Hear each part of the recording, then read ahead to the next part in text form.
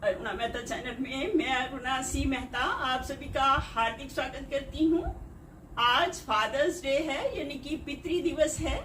उसकी आप सभी को हार्दिक शुभकामनाएं। पिता का बहुत बड़ा रोल होता है लाइफ में। पिता की वजह से सिक्योरिटी रहती है, घर में डिसिप्लिन रहता है और वो सारा जो है मैनेज करते हैं, घर को मैनेज करते हैं।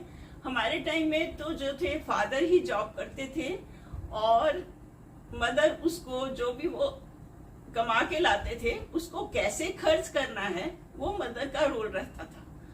और फादर साहब ने के सेक्रीफाइस की वजह से और मदर के सेक्रीफाइस की वजह से और मैनेजमेंट की वजह से ही हम लोग जो हैं अच्छे से पढ़ पाए हैं। और जैसे मतलब ही अकेले फादर कमाने वाले थे और हमारे टाइम में वहां पे हमारे शहर में ना तो गवर्नमेंट स्कूल था और ना ही कॉलेज। गवर्नमेंट स्कूल जो था लड़कों के लिए था, लड़कियों के लिए तो था ही नहीं गवर्नमेंट स्कूल। और कॉलेज भी प्राइवेट कॉलेज में हम पढ़े और जो है स्कूल भी जो था मैंने तो जो है 5th से उसी स्कूल में पढ़ी हूँ, प्राइवेट स्कूल में पढ़ी हूँ। और पूरी एजुकेशन जो है प्राइवेट इंस्टीट्यूट्स में हुई है। और प्राइवेट में इंस्टीट्यूट में पढ़ने का मतलब ये है कि बहुत ज़्यादा फीस देना।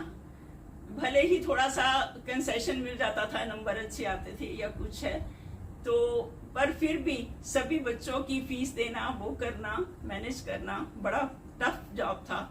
तो इसमें उन्होंने अपनी इच्छाएं मार के अपना सारी वो करके उन्होंने सारा कुछ बच्चों पे फोकस किया। और आज हम उन्हीं की बदौलत हैं जहाँ पे स्टैंड कर रहे हैं। अगर हम स्टैंड किए आगे, हमने बच्चों को स्टैंड कराया ऐसे ही, क्योंकि अगर हम सही होते, हम काबिल हैं तो हम अपने बच्चों को भी अच्छे से आगे बढ़ा सकते हैं। और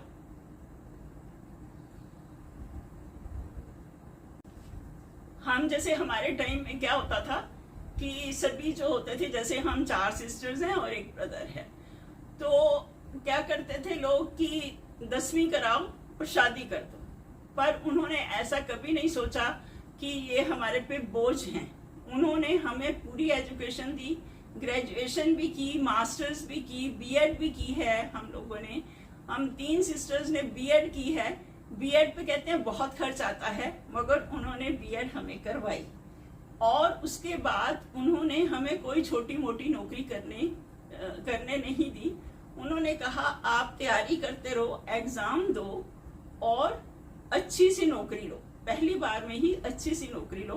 क्योंकि जब हम प्राइवेट जॉब में चले जाते हैं तो फिर हमें कम्पिटिटिव एग्जाम देने के लिए टाइम मिलता ही नहीं, क्योंकि सारा दिन तो उसमें लग जाता है। जॉब में लग गया, फिर थक गए, फिर नहीं किया जा सकता।